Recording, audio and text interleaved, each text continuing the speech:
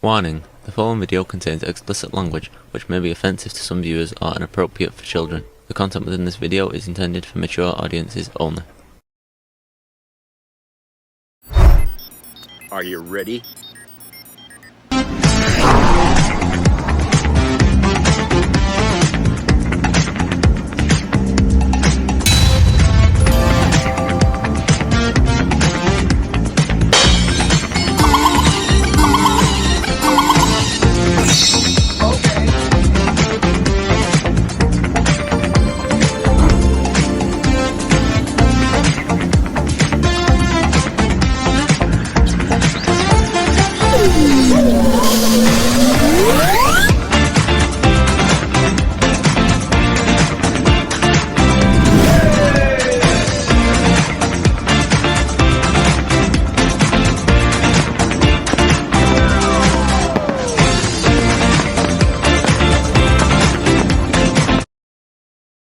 Hey everybody, it's Jeff.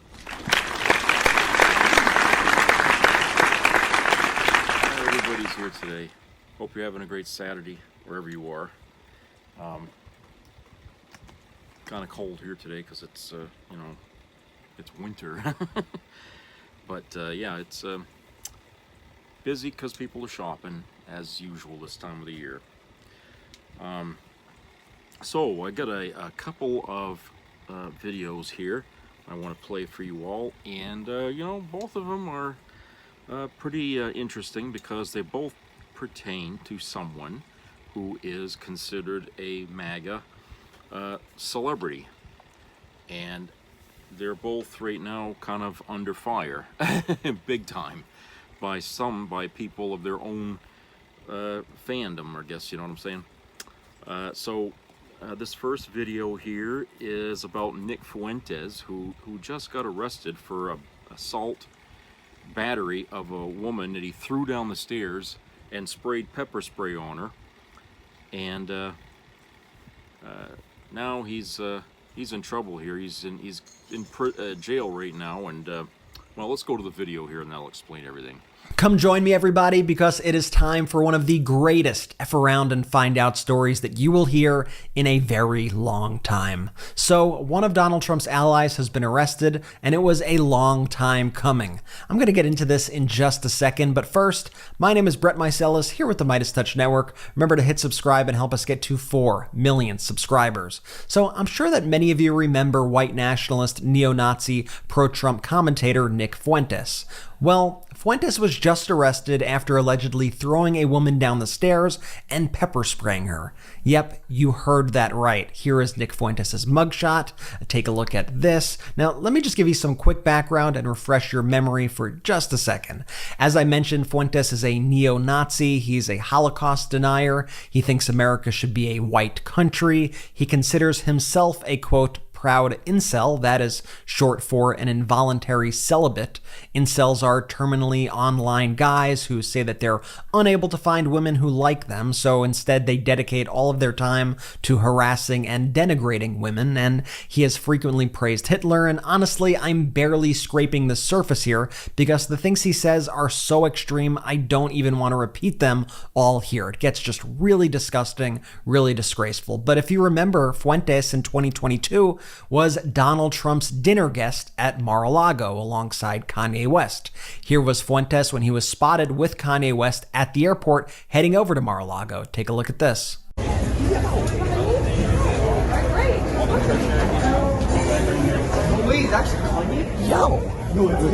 Fuentes' dinner with Trump sparked major outrage for, well, obvious reasons, like the fact that on his, quote, America First show, he frequently says things like this.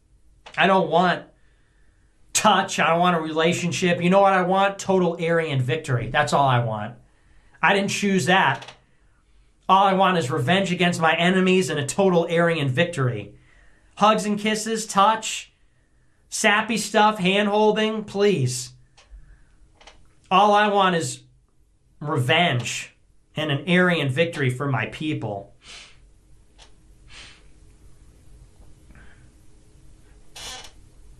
If you don't want it, it's Volcel. Nuh-uh, because I didn't choose to not want it. I didn't choose to not want it. I was born incel. And if you notice there, in between him speaking like Hitler, he was going on about his incel ways.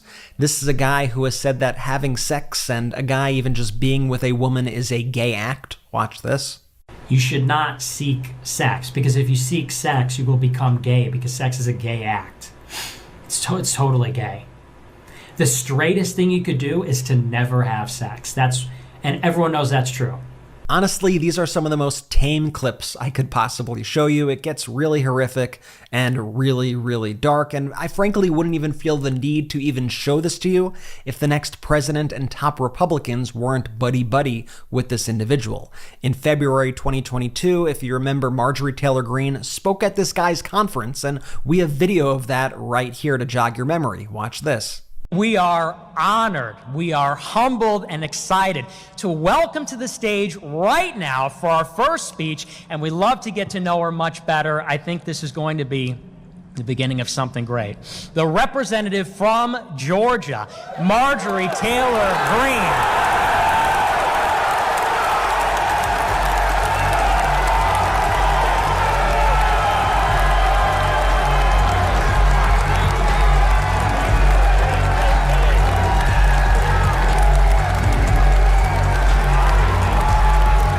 Get this, it wasn't until nearly a year after that event that Marjorie Taylor Greene finally said that she denounced Nick Fuentes. And here was Nick Fuentes outside of CPAC, the Conservative Political Action Conference in 2022, talking about the speech that he was going to give nearby that evening. Watch this. White boy summer, we're white. We're here. It's America first.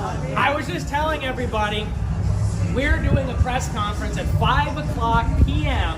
at the Sheridan Hotel, which is like across the street. I'll be giving my most unchained speech ever. I'm off of Twitter. I have nothing to lose. So this is going to be the most racist. Sexist. Yes. The most anti-Semitic. Yeah. The most Holocaust denying. Yeah. Dallas this weekend. Yes! Well, fast forward a couple years later, after Donald Trump wins the 2024 election, Fuentes tweets the following directed at women and abortion rights activists. He writes on Twitter, quote, "Your body, my choice, forever." Well, that tweet proved to be a fatal mistake, and there were a lot of folks like this 98-year-old woman who had some things to say about it. Watch this TikTok that had gone viral after Fuentes' tweet. Check this out. I am sick and tired of these men telling women what to do with their bodies. We should castrate all of them. How old are you? 98. And well, it wasn't just TikToks and social media posts. The backlash to Fuentes was swift, with internet sleuths revealing Fuentes' home address. And Fuentes began to get a lot of visits from pissed off women who wanted to give him a piece of their mind. And as it turns out, Trump's little dinner guest couldn't handle the heat when it was directed on him. And so one day, Marla Rose, a 57-year-old woman and activist, visited Nick Fuentes' Illinois residence to ask him about his comments. And this is what happened. Watch this. Hi. Oh my God, what are you doing? Get the fuck out of here.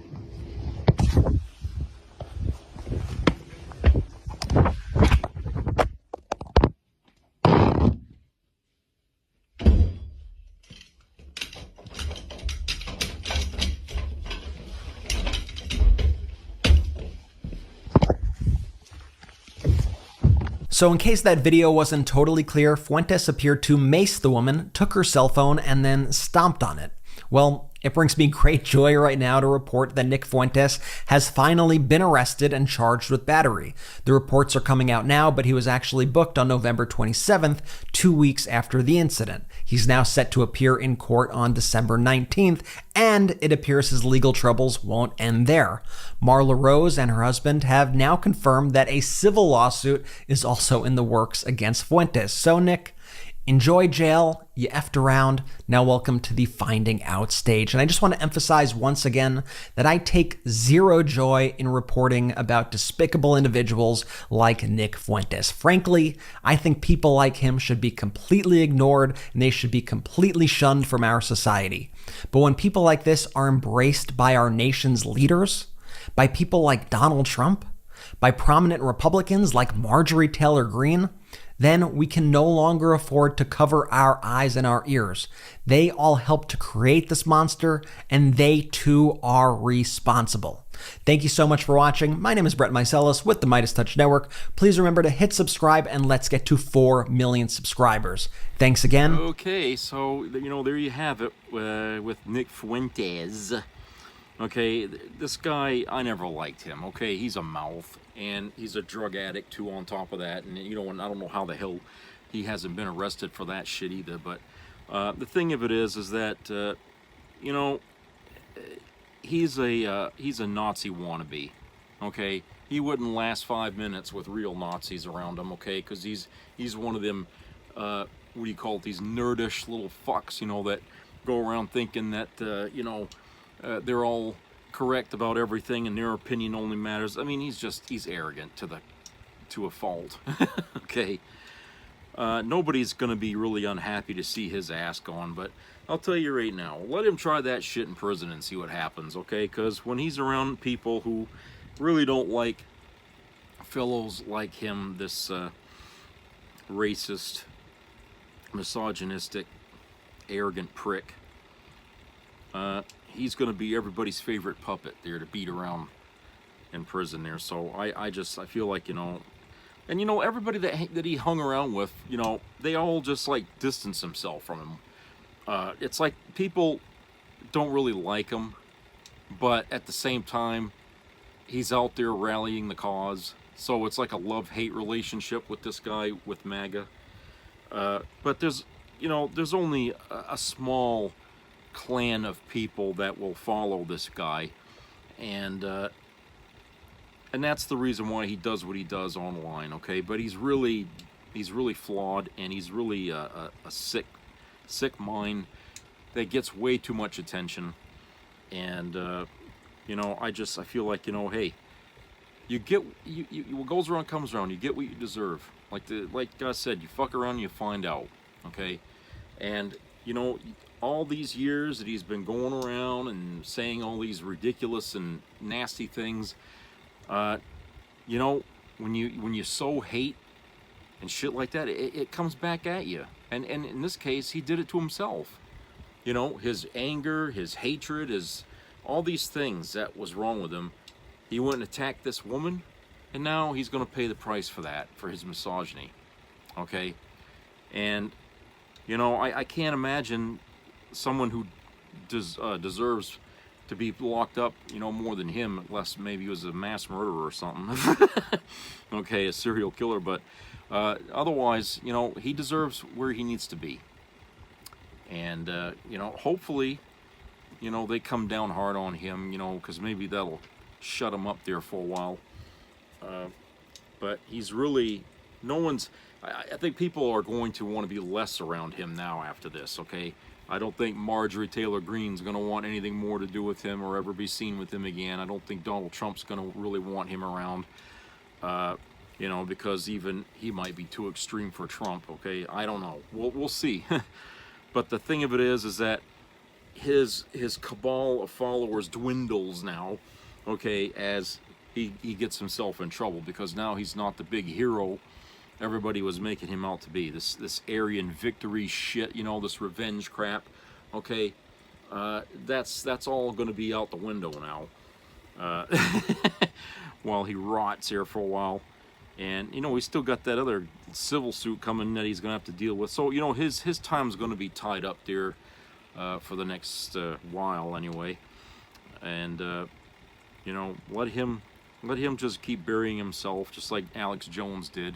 Because, you know, even him, at one, his final straw was the Sandy Hook thing, and that came back and bit him in the ass, and now he's without a show, and he's out there crying, I'm a victim, even though he victimized families, you know, for years, peddling a fucking lie, like Trump does, peddling a goddamn lie about, oh, that was all a hoax. Well, I can just say, well, what's happening to Alex Jones is a hoax, right? I mean, that's just about the sense of it right there. I mean, what he would, I'll just say, no, he didn't lose his show. He didn't lose nothing. Okay, you know what I'm saying? Well, I know I can't be that good at playing his game because I'm not a person that lies, like I'm breathing. Okay, I'm sorry, but it's just not me. I couldn't do that. Even on this show here, I'm not gonna lie. Okay, what I'm telling you is fact. What I tell you on this show is fact. You can argue about it, you can bitch about it, but all you're bitching about is that you don't like to hear the truth.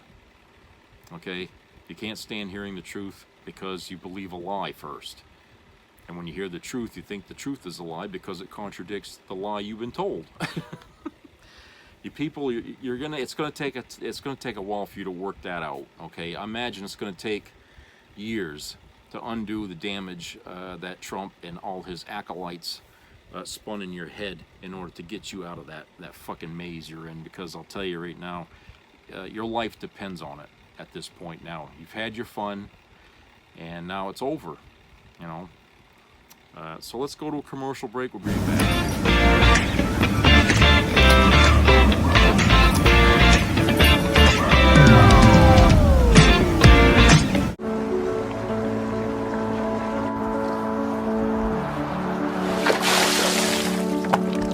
This is me. This is me.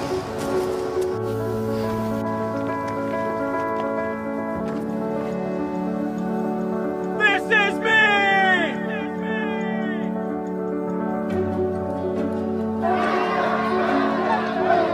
This is me. I'm Alex Curtis. I'm a lobsterman in Maine, and this is me. I'm Ruth McLaughlin, and this is me. I'm Eric Hopkins. I'm an artist, and this is me. This is me. Me. This is me. This is me. This is me. At the end of the journey, the main thing is you, original. Good morning. So I wanted to do a follow-up piece about yesterday's news report about Donald Trump's tariffs. Because while I had stats on produce off the top of my head yesterday, I wanted to see what else it was going to impact. And you aren't going to believe it. So everybody that voted for Donald Trump in hopes of getting cheaper gas, good luck to you. This 25% tariff on incoming goods from Canada is going to impact our fuel. Oh yes, gas prices. And it's gonna be a huge impact because 2/3 of the fuel we have here in America is imported from Canada. That also doesn't include the fact that most of our vehicles and car parts are also made in Mexico and Canada and imported here into the US. So that new car you were looking for, it's going to cost about 25% more. Or what about the lumber for the house you want to build? That's another one. Most of our imported lumber comes from Canada. That new pair of sneakers, a new mattress, electronic, your gaming system, it's going to cost more now. On top of all of that, the United States, Canada, and Mexico have had a trade agreement for years that there would be no tariffs on each other, which is still in effect for like another 2 years. So when Donald Trump is like, I'm going to do this either way, but are you? And for everybody that voted for him because they were like, he's going to be good for the economy, we told you what tariffs were before we got here. So now, all of you motherfuckers Googling about it now, you're late to the party, my guy. You should have done it a month ago. Oh, and don't forget that most of your medications fucking come from Canada, too. Additionally, Canada came out and was like, fuck around and find out. Do it. Please. We'll do the same. And we import a lot to Canada. It would literally be disastrous, especially for like huge food companies. And I love the people in the YouTube comments that are like, tariffs are going to make them bring manufacturing back to America. It's not. In fact, it's just going to cost more to make things here in America. But I'm sure you're also an economy expert this week after being an infectious disease specialist during COVID and a constitutional attorney fucking during the 2020 election. I mean, why are you wasting all your talent in the comment section? You should be out there, like, running for office. Fucking idiot. Dark Brandon. Hello, I'm Patrick Stewart. I believe in helping people in crisis, whether they are from Lebanon, Ukraine, Gaza, Sudan, or any troubled area around the world. I ask you to join me in supporting the International Rescue Committee's life-changing work. The IRC is on the front lines of humanitarian crises, and IRC teams stay on the ground as long as they are needed, so displaced people can rebuild their lives. Your support today matters. It can provide medicine, emergency food, critical supplies, and many life-changing programs. It is a gift of hope when families need it most. I've seen the difference caring people like you can make. So please, if you can, make a gift right now.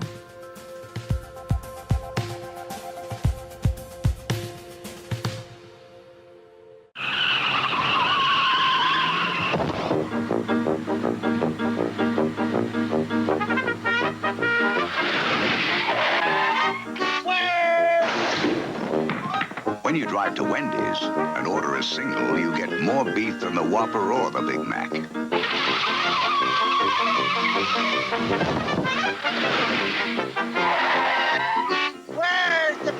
At Wendy's, you never have to ask, where's the beef?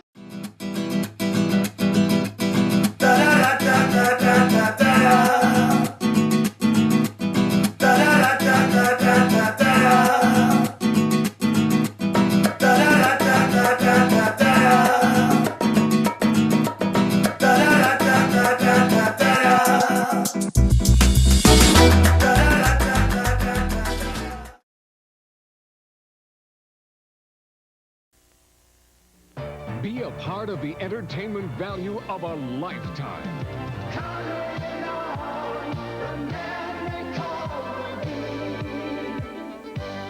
I loved it. It was the best performance I've seen in a lifetime. I loved the show. I liked it very much. He's a very entertaining man. It's well worth the money. Now appearing in Charlottetown, coming to Halifax November 6th to the 18th, and St. John November 20th through the 26th.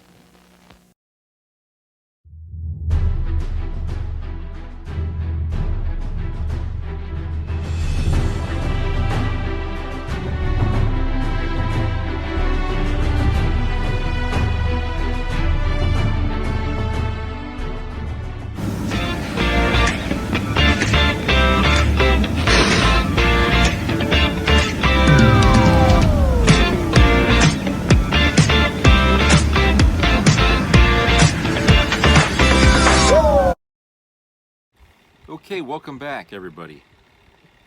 All right, so this second video here is about Ben Shapiro, who, you know, he's a big-time MAGA mouthpiece. I say big time because I say he's all over the internet, but is that really big time? I don't know. It depends on your point of view, I suppose. But he's been on a lot of shows, and he's, you know, been interviewed by a lot of different people, and you know, he's debated a lot of people, and most of the time the shit that he has to say is really kind of nasty and mean-spirited, but I don't know. But anyway, he was talking about Brian Thompson, the CEO that was murdered here a couple days ago, okay? And I guess, you know, he was kind of pissed off at people being so, you know, hooray, hooray, I guess, about the whole matter. And, you know, he's on his video podcast thingy, whatever you call it, doing his shtick about it, and his viewers were getting kind of pissed. You know, it's like, hey, wait a minute, god damn it, you know, this isn't about partisan, you know, matters here, Ben. This isn't a Republican or Democrat matter. This is everybody's matter. This healthcare covers everybody, Republican and Democrat. Okay. You can't take this and make it into a partisan issue, because what they done is affect everybody. You know, you got Republicans and Democrats doing hooray over the CEO's killing. Everybody. And he's on there trying to make it sound like, oh, you know, this is Democrats, you know, creating this atmosphere, you know, of barbarism and shit like that. And right off the bat, we know that's bullcrap, okay? Because the kind of rhetoric and stuff that we've been getting from politicians who support this country's healthcare industry tells us that, you know, we're supposed to be thankful for the healthcare business that's out there, for the insurance companies and stuff like that. That we're supposed to be grateful that, oh, in this country we have this. You know, and let me say, if it's so good, why isn't the other rest of the world using that same system? Okay, in some countries it's an option, but you don't have to go there. You can always go to the single payer system if you choose to do so. Okay, they have some countries have two systems. They got the private and they got the government one. Over here, no. The government doesn't want to get involved in that. They want to push everybody into the private sector. And that's good for them, right? Because, hey, they're guaranteed business. They're guaranteed customers. Everybody's got to have health insurance, so they're going to get customers. So, when these companies start up and they you know, they need money to keep things going, people buy stock, and the stockholders are getting bored that the value isn't going up. So, you know what? They push their thumbs on the CEOs and say, hey, come on. I want some return for my fucking dollar here. So, what do they start doing? They start screwing around with the fucking knobs, right? Cut overhead. You know, cut expenses. You know, start making the stock go up. You know, profits go up. And the only way they can do that, my friends, is by denying people coverage. So let's go to that video here, and then we'll discuss more of that on the other side. I can't wait to show you guys this. Some of the largest MAGA commentators are getting called out by their own fans for essentially siding with the healthcare companies over average Americans. In a recent video, Ben Shapiro, for example, who's one of the loudest pro-Trump voices out there, got cooked by his own fans in his own comment section. Let's just scroll down and see what this says. The top comment here says, "I just realized your entire business model requires that us normal folks hate each other." Someone said, "This isn't a left versus right issue. It's the working class versus the wealthy, and that's probably why you're trying to pretend it's something it's not." Now, I don't want to play Ben Shapiro's video, but essentially what he says is that it's radical extremism if you're calling out our healthcare companies. It's radical extremism if you're tweeting stuff out like this. Nathan J. Robinson said, "Live your life in such a way that people will be sad when you die." That's not even that bad of a statement. He's literally just saying, live your life in such a way that people will be sad when you die. And Ben Shapiro called that radical extremism that is leading to the erosion of norms within our society, while also Ben Shapiro runs defense for Donald Trump. So we have a lot to break down. Make sure you drop a like. Make sure you subscribe. This story is unraveling at a rapid pace. And I want to take a nuanced position for you guys, because here's the thing. I believe the healthcare system in America is absolutely abysmal. It's downright embarrassing that the richest country in the world can't provide even the bare minimum level of healthcare for its citizens. I've seen this failure firsthand. One of my closest family members nearly lost their lives because of the healthcare system, so I deeply understand the frustration. And if it's true that this shooter lost a close family member like a mom and he saw it happen and they were denied coverage, You can understand that. Anybody can understand that. That said, some of the reactions I've seen have gone too far. Not this dude. Not this. This is a completely fine thing to say. Live your life in such a way that people will be sad when you die. But I opened Twitter yesterday and I saw a 200,000 like tweet, and it was just a list of names. It was a list of names. I don't even think everyone on the list was a CEO. I'm pretty sure it was just random people too. And someone tweeted out, "Can the assassin take out this list next?" And it's like, okay, I understand the frustration with the healthcare system, but we do have a social contract that we have to maintain. We can't let random people on Twitter be the judge, jury, and executioner because they have a vendetta against somebody. Again, this isn't me defending the healthcare system. Please don't mistake it as that. I'm just saying that norms exist for a reason. To prevent our society from delving into chaos, to prevent a town square or witch trials or whatever existed 800 years ago, we now have this social contract that we've developed. So while the United CEO dude was a terrible person, I don't personally really feel bad or care. I do think that it's a little bit too far to start making up lists of who you want next. That is just a few steps too far. We got to reel it in a little bit if we want to actually fix the healthcare system from within. Bernie Sanders isn't out there calling for the death of certain CEOs. Bernie Sanders is taking actionable steps to try to fix our country. So let's break down some of these people turning on Ben Shapiro, and let's do some analysis because I find this absolutely hilarious. What Ben Shapiro did is he cultivated an audience of straight up populists, people who like populist rhetoric, people who want to rail against every single institution we have. But what Ben Shapiro failed to realize is that when he wants to protect his own wealth, by defending the healthcare system, defending the status quo, his followers won't turn on him. So again, just to recap, Ben Shapiro in this video was not really understanding why anybody could ever be disillusioned with the healthcare system. It seems like this dude really doesn't understand how the average American interacts with the healthcare system on a day-to-day basis. Someone commented, "I just realized your entire business model requires that us normal folk hate each other." We read that one. Someone said, "Sorry, Ben, lifelong conservative and don't have an ounce of sympathy for the CEO. How many Americans have died because of this company's greed? Healthcare shouldn't be a choice between living and permanently being in crippling debt." That is a great way to say it right there. This dude is a conservative, but I think we can all agree with this conservative. And also, I like how he clarifies. He doesn't have any sympathy for the CEO, but this dude isn't making up lists of people he wants dead next. He's just saying that this company has killed many, many Americans. The next one says, "IDK, why you're trying to push this as a left issue? It's clearly across the board," saying that Ben Shapiro is trying to twist things and frame it as if only people on the left have trouble with healthcare. People on the right do as well. Every American does. Someone said, "Ben is pissed because bipartisan agreement is bad for his business model." That is true. As a longtime Ben Shapiro fan, buddy, your wealth is showing. It's not a right or left thing. And they're responding directly to the title. The title says, "The evil, revolutionary left cheers murder." And then he points out tweets like this that say, "Live your life in such a way that people will be sad when you die." That's just such a true thing. How is that at all cheering on death right there? Someone said, "While I don't agree with people celebrating this man's death, I don't believe this is a partisan issue like you're making out to be. It's not the right or the left. It's the people who have suffered under our healthcare system through denied claims, pre-existing condition exclusions, bad out-of-network coverage, not being able to get the medication they need, etc., etc. Yet every year we pay more and more in premiums while the health insurance companies boast record profits." That is the perfect comment right there. That sums up my thoughts. It says, "I don't believe in cheering on this man's death. I don't think we should be sending letters to his kids saying your dad was a terrible person." Someone on TikTok was saying that people should do that. People are taking it way too far. Let's reel it in and let's all use this opportunity to maybe not use insane rhetoric about killing more people and actually reaching across and saying, hey, you guys notice that healthcare sucks too, right? You guys see this too, because it does kind of suck. This tweet went absolutely viral.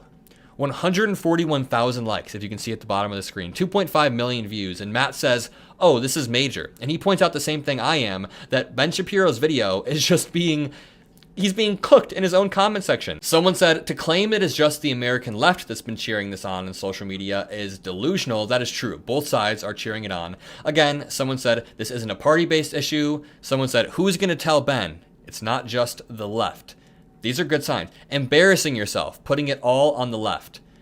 Deny, depose, defend. We don't recognize him. Sorry, Ben Shapiro. It's not just the left. It's not just the left, Ben. You can see people in the comment section expressing their own disillusionment with our current healthcare system because, again, the richest country in the world shouldn't be screwing over citizens when we've produced so many billionaires, so many rich people. And, you know, just on that note, I want to show you this chart of the estimated net worth of Trump administration's wealthiest members. Donald Trump has hired a ton of billionaires into his administration, yet he claims that he is the administration for the working class. He's the candidate for the working class. Let's check this out. Donald Trump, $5.4 billion. Elon Musk, over $300 billion. Vivek Ramaswamy, $1 billion. Scott Bessent, reported billionaire. Howard Lutnick, $2 billion. Linda McMahon, $2.6 billion. Chris Wright is worth almost $200 million. Doug Burgum, $1.1 billion. We've got Steve Witkoff with $500 million. We've got more billionaires down here, $5 billion, $3.3 billion. Mehmet Oz is worth $100 billion. Charles Kushner, almost worth $3 billion. The point here is, when Donald Trump claims, wait, Kelly Loeffler's a billionaire? I didn't even know that. She's worth $1 billion. The point here is that Donald Trump claims to be for the working class, but he's not. It's actually quite the opposite. Basically, every single person in Donald Trump's immediate circle is there to entrench their own power, to make sure that their wealth stays and isn't cut, and that they get tax cuts, or that their own company benefits. So when Donald Trump says that he built a cabinet on behalf of the working class, that is not true. I mean, Kamala Harris is very clearly, and the Biden administration, they are very clearly the administration for union members, but I guess Trump successfully conned a large portion of union members into thinking that this billionaire cabinet was going to work on behalf of them. But yeah, just to zoom out for a second, many of the same people who understand that our healthcare system is broken, many of the same people who were commenting on Ben Shapiro's video saying, I'm a conservative and I don't have an ounce of sympathy here, they also vote for the cabinet that they think is working on their behalf, but it's actually just a bunch of billionaires, like literal billionaires. This is unheard of in a cabinet like this. It is actually an oligarchy. Meanwhile, Donald Trump is out here saying, these are the people who screwed you. It's the immigrants. It's brown people coming into our country, screwing you. Meanwhile, it's this actual cabinet. Like, give me a break. So you can draw a direct line between Donald Trump being out of touch, between Elon Musk and Vivek Ramaswamy being out of touch, to Ben Shapiro also saying that he doesn't understand why people could be disillusioned with our healthcare system. I'll leave it at that. And if I could say anything, I just want to say, you can criticize the system, you can empathize with people's pain without endorsing violence straight up. Could I empathize with the shooter if his mom passed away? Absolutely. But do I think that he should go on like a spree? No, please no. So I'll leave you with that. Drop a like, subscribe. I'll see you in the next video. Peace out. You know, United Healthcare, on average, would deny a third of the policies that they held on, you know, in this country. A third. They were the biggest, they were the worst ones of all the healthcare agencies. They are the worst ones because they cut the most people from their system. And at the same time, they made $22 billion in extra profit after doing that. $22 billion fucking dollars. And they bragged about it. I mean, think about that. I go rob a bank. And I come home with all that money. And I go around town and say, hey, guess what? I stole $50 million. Look at all this money. You know, that's what they're doing. They stole money and they're going out there telling everybody in the media. They're telling Wall Street. Everybody knows they made money. But nobody asks, how did you make it? Because if they told you, they'd say, you fucking asshole, I'm going to kill you. Okay, and bingo. The guy, Brian Thompson, he was under investigation. Some of you, I don't know how many of you know this, but he was under investigation for insider trading. I'm going to read this article here from you. From the New York Post here, written by Chris Nessie. United Healthcare CEO Brian Thompson was facing DOJ probe for insider trading when he was killed in targeted New York City shooting. United Healthcare CEO Brian Thompson was one of several senior executives at the company under investigation by the Department of Justice when he was gunned down outside a Manhattan hotel on Wednesday. Thompson, who was killed in what police called a targeted shooting outside the Hilton Hotel in Midtown, exercised stock options and sold shares worth $15.1 million in February 16th, less than 2 weeks before news of the federal antitrust probe went public, according to a Crane's New York Business report from April. The stock price dropped sharply after the revelation that the DOJ was investigating whether the company had made acquisitions that consolidated its market position in violation of antitrust laws, a source familiar with the probe told the outlet.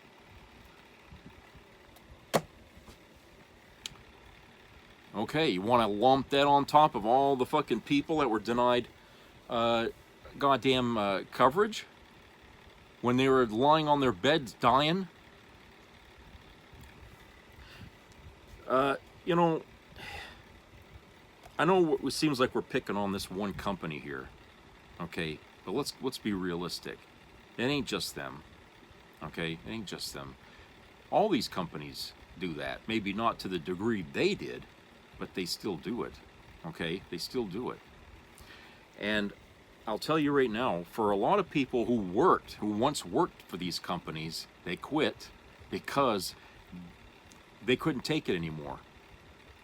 You know, they'd be on the phone with somebody who's begging them not to drop them because, you know, hey, so-and-so was in the hospital dying of whatever, and I'm making a claim here for payment, and the person on the phone has to get thumbs up or thumbs down on whether or not that's approved, and they get thumbs down and they're told we can't cover that. You know, these people, they have to go to bed at night thinking I just denied somebody a coverage for a operation, and they probably will die by morning. I get to live, but that person dies. Company makes money, but that person dies. You know, I don't know if anyone's ever taken a tally of how many Americans have died under American healthcare system, but I bet you it would probably surpass the number of World War II veterans who gave their life to defend this country. I really would. I would bet that it does. I'd bet that it does. You know, and there's no monument to these people who died under American healthcare system anywhere, okay? It's never marked on anyone's graves what the cause of death really was, okay? It may have been cancer, but it also was the healthcare insurance. You know, you don't see the name of the company that they were covered under, or were supposed to be covered under, on the tombstones. All right, but I can almost guarantee that the number is going to be greater than the number of people who died in World War II. Maybe both World War II and Vietnam. You know. And if it isn't, it's getting there pretty goddamn close. Okay? Because every day somebody dies in this country, or a lot of somebodies die in this country, and a good percentage of them is because they were denied coverage for something while they were on their deathbeds. Okay?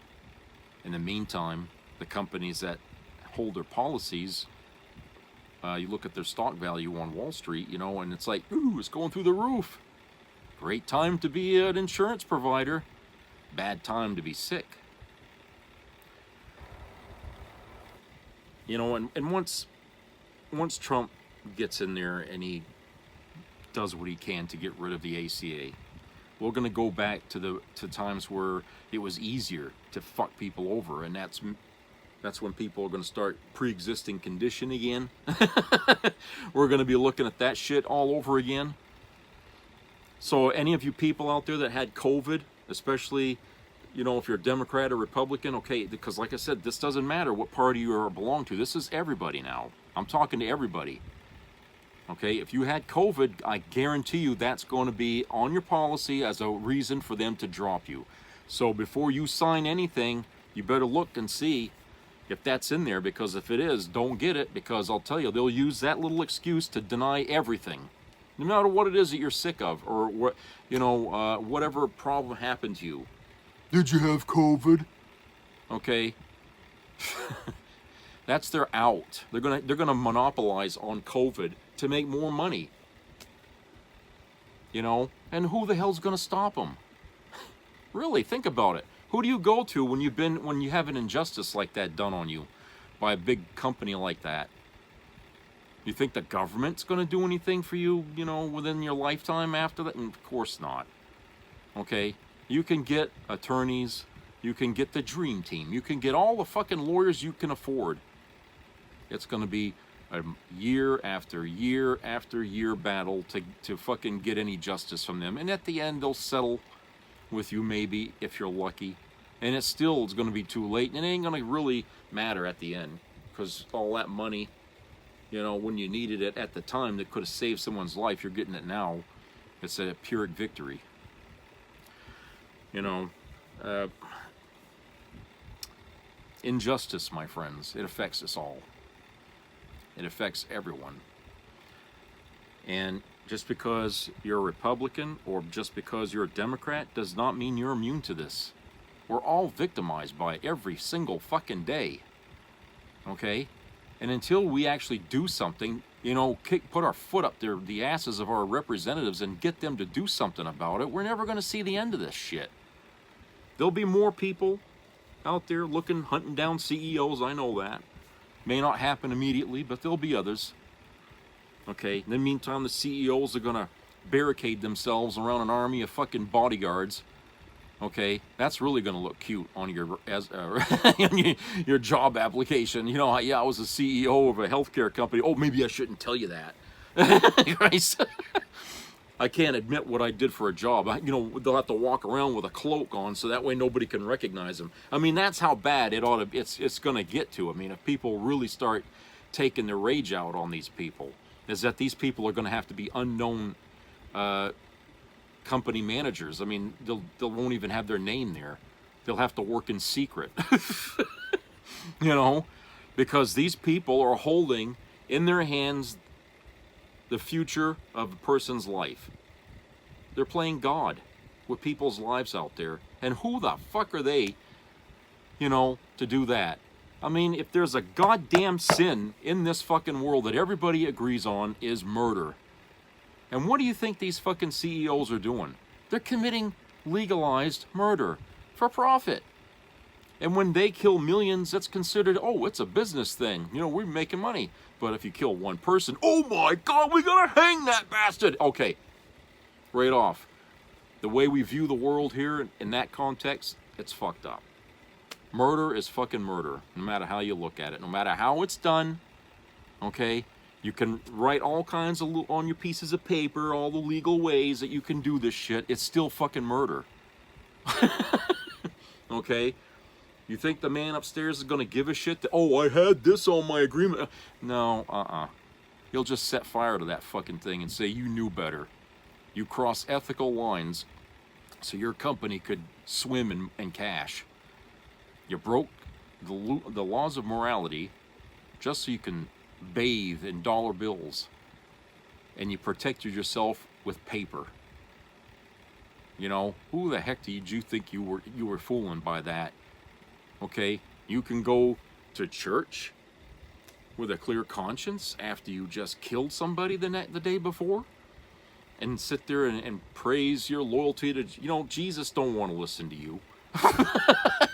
Okay, you setting foot in that church after what you just did, you'd set the whole damn building on fire. Okay, shame on you.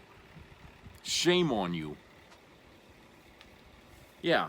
Brian Thompson, family man, had kids. Do those kids really know what their father did for a job? Okay. Do you think his wife really thinks much about that either? You know, did she ever sat down and think about what her husband actually does for a living and how that company works? No, it's the money. As long as he's feeding her cash and buying her jewelry and mink coats and all kinds of fancy panties and all that shit.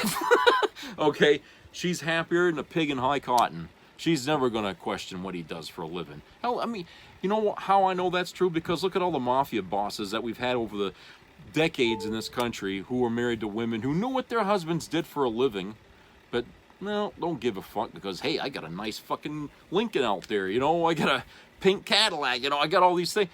You know what I'm saying? People can turn a blind eye to the most cruel things in this world because they got cash in their hands or gold coins or whatever era we're living in here. Okay, whatever it's going to be, bitcoins, gold coins, cash.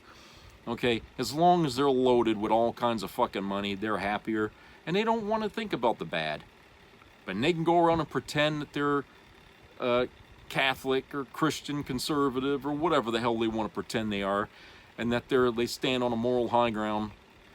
They can pretend all they want. In the end, when you open the door to their house, you're going to see all kinds of nasty shit going on there. And, you know, Brian Thompson, his family's going to have to fucking get a rude awakening here as to what he's been doing. I bet he probably never told his wife about this investigation and shit that he did.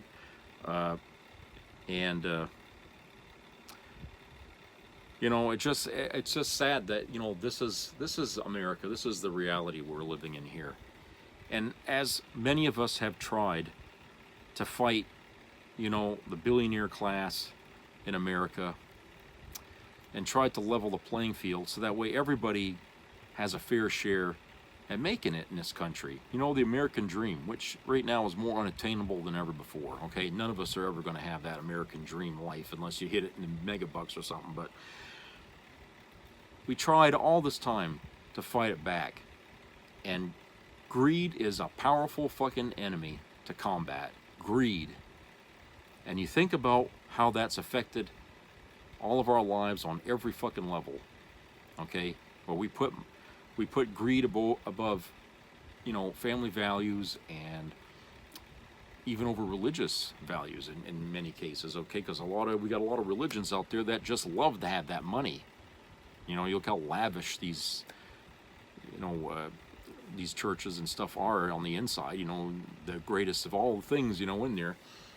But that's just a sign of just how greedy they are, and that's really a sinful thing, in a way, because it's not in spirit of what that religion stands for. And so they shame themselves as they're in there practicing their faith. Okay. But these people, we live in all this greed, and America's not immune to that. This is happening all over the world, okay? Greed is everywhere. Wherever there's a human being, there's greed, okay? And, you know, we have all eroded our country in that way. And to think that the reason that, you know, like what Ben Shapiro was saying, that, you know, we are eroding the norms of our society by radical extremism. Well, nothing is more extreme than greed. Think about where that takes people, you know, when it comes to greed. Think of the extreme measures people will take to get money when they're desperate even. I can't think of anything that would erode not only society but a person's moral core. When they keep doing that, after a while, they lose sight of who they were, you know, and what they stand for, because the money is more important to them than anything else. It's like, you know, when people fall on hard times, you know, they will do anything to get out of them. And in a lot of cases, these people can't stop once they get themselves out of a hole. They continue on that pattern because the money they were getting was of such value that they couldn't stop. And so they continue until they get in trouble and then, you know, the rest. But that's what's eroding our society. It's not the political extremism so much as it is the greed, okay?